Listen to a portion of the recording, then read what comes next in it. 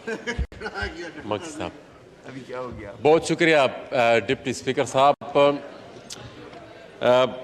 Deputy speaker साहब, वो जो कहते हैं ना कि जिनकी फितरत में हो डसना वो डसा करते हैं। जिन्होंने सारी उम्र एक ही ट्रेनिंग ली हो उनसे उसी चीज़ की तवक्को फिर रखनी भी चाहिए। और ये वही लोग हैं जिन्होंने ज़बरदस्ती एक मुल्क पे कब्ज़ा कर लिया।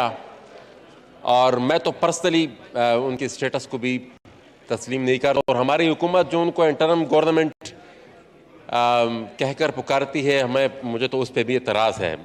लेकिन ये जो हुआ चमन में, ये इसके अपना एक बैकग्राउंड, ये एक दिन का वाक़या है भी नहीं। जो तशद्दुद हुआ, कल भी जाने गई, आज भी सुना एक, और ये उससे पहले भी होता रहा है। इसके लिए यकीनन एक संजीदा सोच विचार की ज़रूरत है। और मेरे ख्याल में जो कमेटी बनी थी, मैंने स्पीकर साहब से भी गुजारिश की थी, यहाँ पर फ्लोर ऑफ द हाउस पे से कई रिक्वेस्ट गई थी, और हम एक दफ़ा फिर आज उसको रिपीट कर रहे हैं कि वो कमेटी, उस कमेटी को बहाल भी होना चाहिए। और बॉर्डर ट्रेड के हवाले से भी उसने एक काफ़ी काम किया।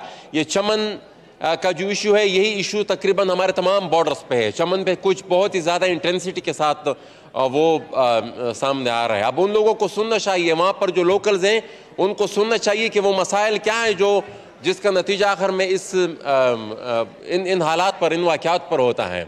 और आखिर में जो मौलाना साहब ने बात की, मेरे ख्याल में ये हमारे बतौर रियासत हमारी मर्जी होनी चाहिए।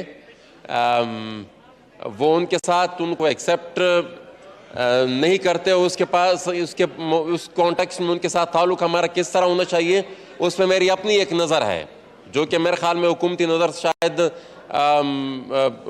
मुतसादिम हो। लेकिन ये तासुर का फ़ैसला हमें करना चाहिए कि अगर हम कोई अमल करेंगे, हमारी खातून वज़ीर ख़ारजा कहीं पे जाएगी तो किसी और को क्या कोई और उससे क्या तासुर लेगा, यह मेरे ख्याल में यह हमारा फ़ैसला होना चाहिए। वो अलग सी बात है कि हम उनके साथ जिस तरीके की इंगेजमेंट हो रही है, उनकी यहाँ पर उनके नुमाइंदे को हमने बिठा दिया है, मैं तो पर्सनली उससे भी डिसएग्री करता हूँ। Anyhow, to cut it short, ये इशू बहुत ही ज़्यादा सीवियर है।